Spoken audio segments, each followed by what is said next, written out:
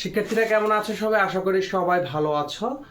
আজকের বিশ্ববিদ্যালয়ের ভর্তি প্রশ্ন সমাধানের ধারাবাহিক ক্লাস, আজকের দ্বিতীয় ক্লাস।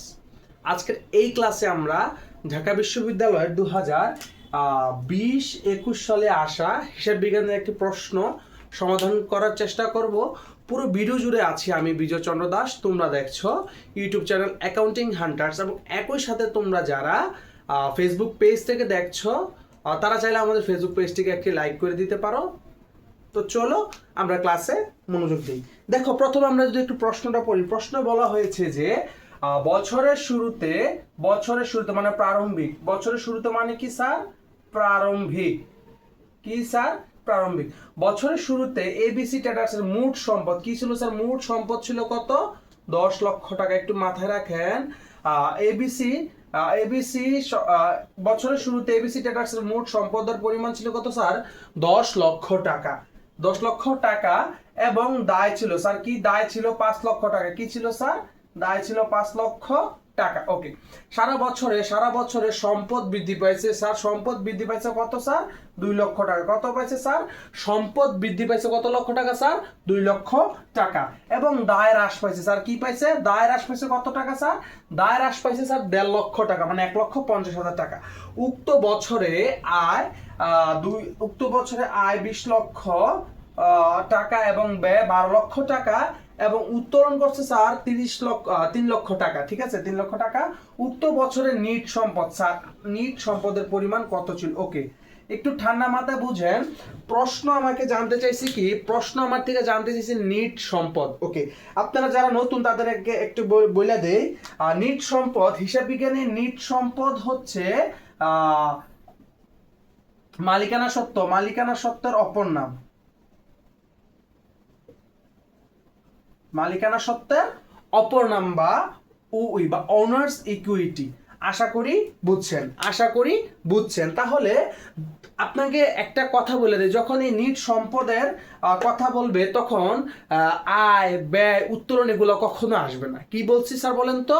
যখন প্রশ্নে আপনার থেকে জানতে চাইবে যে নিট সম্পদ বা নিট সম্পদের কথা, তখন আপনি যখন অঙ্ক করবেন তখন এত বড় অঙ্ক করার দরকার নাই। কিছু ট্রিক শিখিয়ে দিচ্ছি। আপনি সুন্দর করে উক্ত বছরের আয় ব্যয় এবং উত্তোলন কি করে দিবেন স্যার? বাদ দিয়ে দিবেন। ঠিক আছে, বুঝছেন? আশা করি বুঝছেন। তো চলেন তারপরে যাই। আমাকে বের করতে হবে স্যার কি? নিট সম্পদ বা কি স্যার? সরি, নিট সম্পদের পরিমাণ বা মালিকানা। নিট সম্পদের আরেকটা নাম হচ্ছে কি স্যার? মালিকানা সত্ত্ব। আসেন তাহলে প্রারম্ভিক ছিল কত স্যার? বছরের শুরুতে এবিসি ট্রেডার্সের মোট সম্পদ ছিল 10 লক্ষ টাকা এবং দায় ছিল 5 লক্ষ টাকা। আসেন আমরা যদি হিসাব সমীকরণ তাহলে কি করি sir? A equal to L plus O E, নাকি sir? A equal to L plus O E, এটা কি আমাদের হিসাব সমীকরণের? ঠিক আছে, তাহলে দেখেন স্যার, আমার মোট সম্পদ ছিল কত স্যার? আমার মোট সম্পদ ছিল কত স্যার? 10 লক্ষ। কত স্যার? 10 লক্ষ। ঠান্ডা মাথায় বুঝেন, কত লক্ষ স্যার? 10 লক্ষ। এবং 10 লক্ষ টাকা, এবং দায় ছিল কত স্যার? 5 লক্ষ টাকা। দায় ছিল কত স্যার? 5 লক্ষ টাকা। কত স্যার? দায় ছিল কত? 5 লক্ষ টাকা। এখন আমরা জানি যে সম্পত্তিকা দায় বাদ দিলে তার কি থাকে স্যার? মালিকানা সত্ত্ব। তাহলে 10 লাখ থেকে 5 লাখ বাদ দিলে থাকে কত স্যার? 5 লক্ষ টাকা থাকে। কত স্যার? 5 লক্ষ টাকা। এবার আসেন, তারপরে কি বলছে? সম্পদ বৃদ্ধি পায় 2 লক্ষ টাকা। স্যার আমরা জানি হিসাব সমীকরণে যদি সম্পদ বৃদ্ধি পায় স্যার কি পায়? সম্পদ যদি বৃদ্ধি পায় স্যার কি পায়? সম্পদ বৃদ্ধি পাইলে কি স্যার? মালিকানা সত্ত্ব কি হয় স্যার? বৃদ্ধি হয়। কথা বুঝেন। তাহলে কত সম্পদ বৃদ্ধি পাইছে? কত স্যার? সম্পদ বৃদ্ধি পাইছে কত লক্ষ স্যার?